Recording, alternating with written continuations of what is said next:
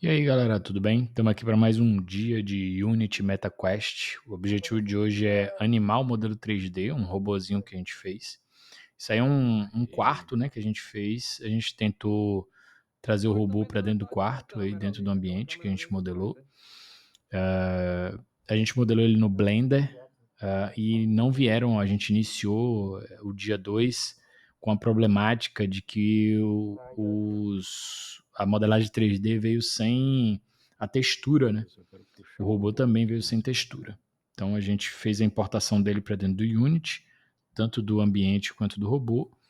E aí a ideia era trabalhar em cima da textura para ver se a gente conseguia colocar de volta a textura no Unity, né? Então a gente começou o dia aí configurando dentro do Unity tudo que foi feito no Blender. Fazer o que agora? Ali, ó, veio um pouco da textura ali, ó, a plantinha, tá vendo? Eu tinha A botado até mais. madeira. Bem, para quem não lembra, no dia 1 a gente modelou, já tinha modelado também um robozinho. Tava diferente desse robô, né? A gente melhorou entre uma semana e outra, a gente melhorou o robô, deixou ele com pés, que ele não tinha os pés e tal, enfim, deu uma melhorada na estética do robô. O objetivo do dia de hoje é fazer uma animação com esse robô, né? Então, aí, durante esse processo aí, a gente faz uma análise, o Jean ajuda a gente a fazer uma análise em cima dos materiais e das texturas que a gente importou do Blender.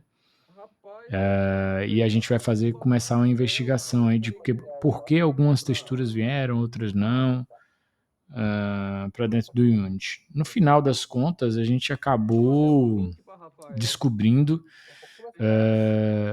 que precisava fazer um mapeamento, né, entre texturas lá no Blender. O Thiago também, ele resolveu, que é o modelador 3D, um engenheiro, ele resolveu fazer uma exportação para o 3ds Max, né, que é outro software de modelagem 3D que ele usa.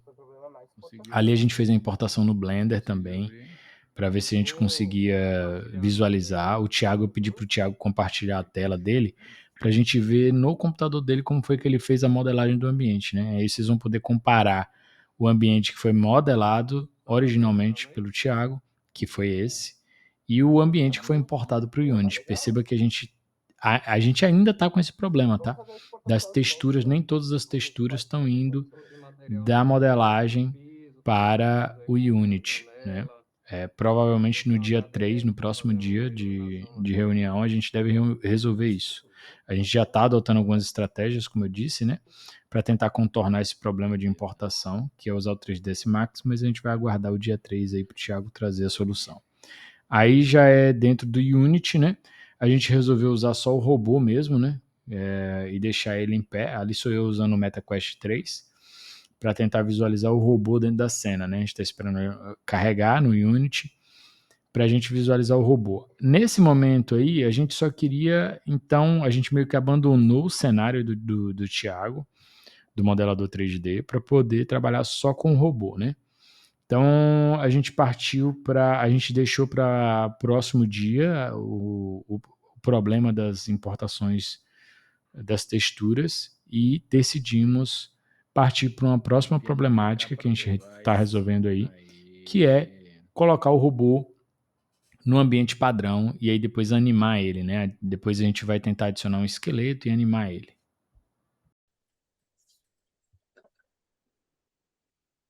O óculos não tá entrando aí. Olha ele lá. Tá lá o bicho. Bem, pelo menos ele tá. Pelo menos ele tá ali na. Bem, aí então a gente finalmente conseguiu, né, renderizar o robô. Conseguiu, né? Ele ainda não está interagível, mas o objetivo aí era só renderizar ele na tela do MetaQuest 3. Ele ficou um pouco maior do que o que a gente esperava, mas enfim, a ideia aí era só renderizar ele na tela do MetaQuest 3, ver se a gente conseguia interagir, mas a gente percebeu que ainda não estava interagível. Ainda tinha outras configurações para fazer nele também, relacionadas à gravidade, relacionadas à parte física, e a gente partiu então para essa configuração. Durante esse momento, a gente conversou muito sobre a parte do esqueleto, né? Como que a gente faria para animar esse arquivo FBX, né? Porque quando a gente exporta o robô, a gente exporta num formato chamado FBX do Blender para o Unity, e ele vem aí, ó, dá para perceber que ele vem com os componentes, né? Os pedaços que compõem o robô, eles vêm agrupados, e aí a gente partiu para uma solução a fim de montar um esqueleto baseado no arquivo FBX, no arquivo que possui a modelagem do robô, né? Então o Jean trouxe uma ferramenta para a gente, uma ferramenta da Adobe, para que a gente pudesse fazer essa parte de mapeamento dos componentes do 3D do robô para o esqueleto dele, para poder animar ele. A gente usou essa ferramenta chamada Mixamo, é uma ferramenta da Adobe, né? Aí, para poder usar ela, a gente teve que logar com minha conta. Eu já tinha uma conta da Adobe. E aí, então, finalmente, a gente conseguiu carregar a ferramenta, depois de fazer o login. E agora o objetivo era pegar o arquivo FBX ao qual foi exportado do Blender e foi importado lá no Unity, para poder fazer a importação aí no Mixamo e poder escolher o tipo de animação que a gente queria relacionado ao robô.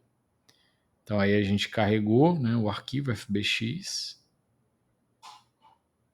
e aguardamos para poder fazer o mapeamento, né? Após carregar o arquivo, a ferramenta ela pede para a gente fazer um mapeamento, né?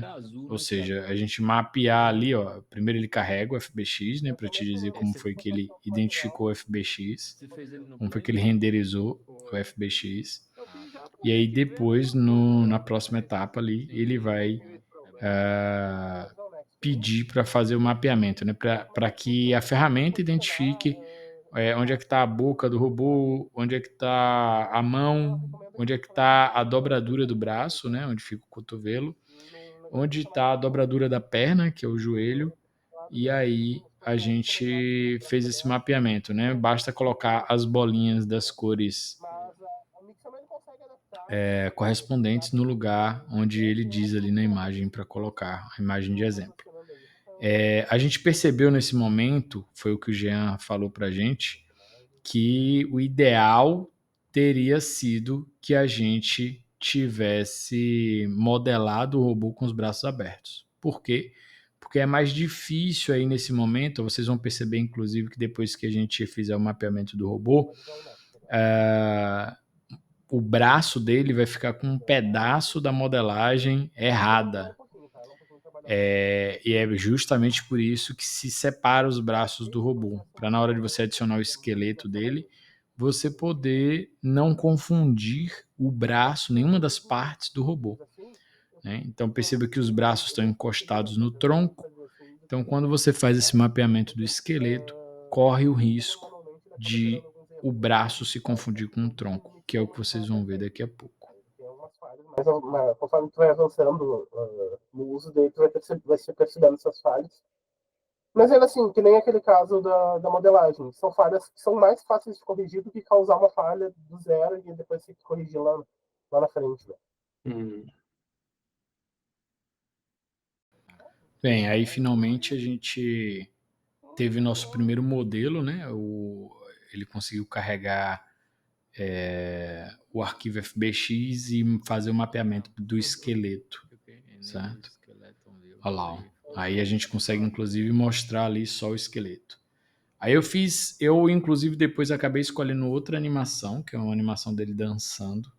Aí a gente já foi para o Unity, importou a animação para dentro do Unity, adicionou essa animação ao robô, e aí a gente partiu para o objetivo de apertar um botão qualquer ali dentro do cenário, e fazer com que o robô starte a animação dele, né? Ou seja, vai apertar um botão, a gente inclusive escolheu um botão ali do menu, tem um menuzinho no screen ali, uma telinha direita preta.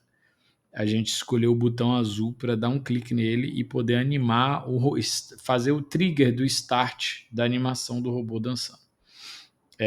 A gente teve que fazer toda uma configuração manual em cima no Unity para poder dizer qual iria ser a animação em cima do robô e qual o ponto inicial do robô, né? Então a gente deixou o ponto inicial dele com os braços abertos e tivemos que configurar também depois para ele voltar para o mesmo ponto inicial. Então fizemos toda essa parte de configuração no Unity para que o robô pudesse startar essa animação. São chaves de animação, tá? Na direita.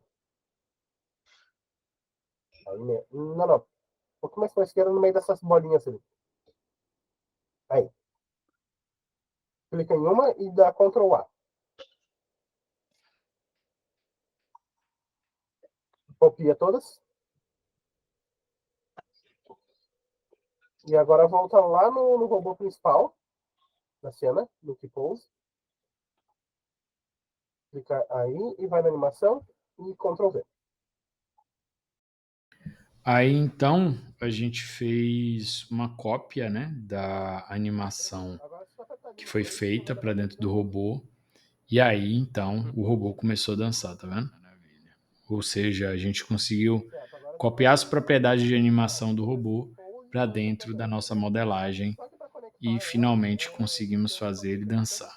A próxima etapa aí era fazer com que esse trigger fosse um botão e fazer também uma configuração do evento de animação para que ele tivesse uma posição inicial e uma posição final em relação à animação. Perfeito. Pode ver, já tem as duas animações aí, tá? A animação de T-Pose normal e a animação do Dance. O que a gente vai fazer? Primeiro de tudo, a gente vai fazer uma vinculação entre uma e outra, tá? Clica lá na primeira. Aí. E clica com o botão direito em cima. Make Transition. E arrasta em direção ao Dance. Isso.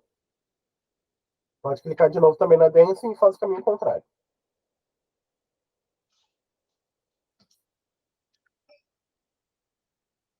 O que está acontecendo agora? Ele vai iniciar, ele vai pegar o ponto de entry dele, né, que seria o início da cena. Então ele vai para tocar a primeira animação, que seria a da T-Pose, e ele vai já logo seguir para The Dancing, e depois ele vai voltar para T-Pose, e assim ele vai ficar nesse ciclo. Então é recomendado, né, no caso, mas já é o início, o princípio da coisa toda. Voltando ali para Animator, a gente consegue criar pontos de troca, que seriam os triggers. Tá? Ali na esquerda, lá na lista de layers, tem parâmetros.